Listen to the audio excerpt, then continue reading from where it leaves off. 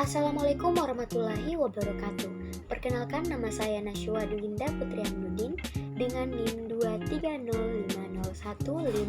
23050150003 dari Prodi Pendidikan Bahasa dan Sastra Indonesia. Pada kesempatan kali ini, saya akan menjelaskan materi tentang transkripsi fonetik untuk memenuhi tugas mata kuliah fonologi. Sebelum masuk pembahasannya, kita harus mempelajari terlebih dahulu apa itu fonetik. Fonetik adalah cabang ilmu linguistik yang mempelajari suara-suara yang digunakan dalam bahasa manusia. Studi fonetik melibatkan cara manusia menghasilkan dan menerima suara-suara, bagaimana organ-organ berbicara seperti lidah, bibir, dan gigi berinteraksi untuk menghasilkan berbagai suara. Fonetik juga memperhatikan bagaimana telinga manusia mendengar, memahami, dan mengenali suara-suara tersebut. Yang kedua ada transkripsi fonetik. Transkripsi fonetik adalah proses mengubah ucapan dalam bentuk teks ke sebuah bentuk simbol fonetik. Ini membantu merepresentasikan suara bahasa manusia dengan cara yang konsisten dan jelas. Bahasa manusia direpresentasikan oleh simbol unik. Simbol ini dirancang untuk mencapai keseragaman global dan mempresentasikan suara-suara bahasa. Transkripsi fonetik. Transkripsi fonetik membantu ahli bahasa, penutur asing, dan pelajar bahasa memahami dan mereproduksi suara-suara bahasa dengan benar, independen dari pengejaan bahasa tertentu. Baiklah, selanjutnya kita akan memasuki tahapan contoh tulisan fonetik transkripsi fonetik vokal. Yang pertama ada simbol A untuk bunyi A seperti pada kata anak. Bunyi au untuk bunyi au ini seperti pada kata pulau. Simbol AY untuk bunyi ai seperti pada kata santai. Simbol I untuk bunyi I seperti pada kata ini. Simbol I besar untuk bunyi I seperti pada kata batik. Simbol U untuk bunyi U seperti pada kata cucu. Simbol U besar untuk bunyi U seperti pada kata kapur.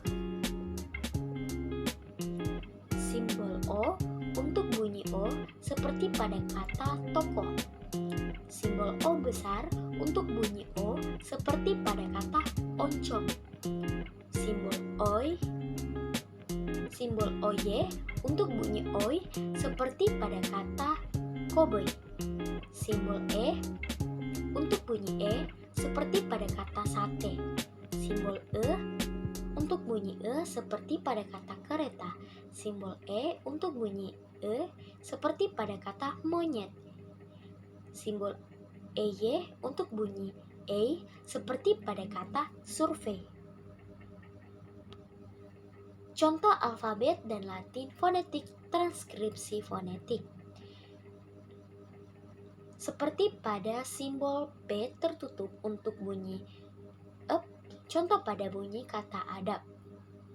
Simbol B untuk bunyi ep seperti pada kata bibi. Simbol C untuk bunyi C seperti pada kata cukur. Simbol D untuk bunyi et seperti pada kata dari. Simbol F untuk bunyi F seperti pada kata fitnah. Simbol G untuk bunyi G seperti terdapat pada kata gagal. Simbol K untuk bunyi G seperti terdapat pada kata budek. Simbol K untuk bunyi K seperti terdapat pada kata kabar. Simbol tanda tanya untuk bunyi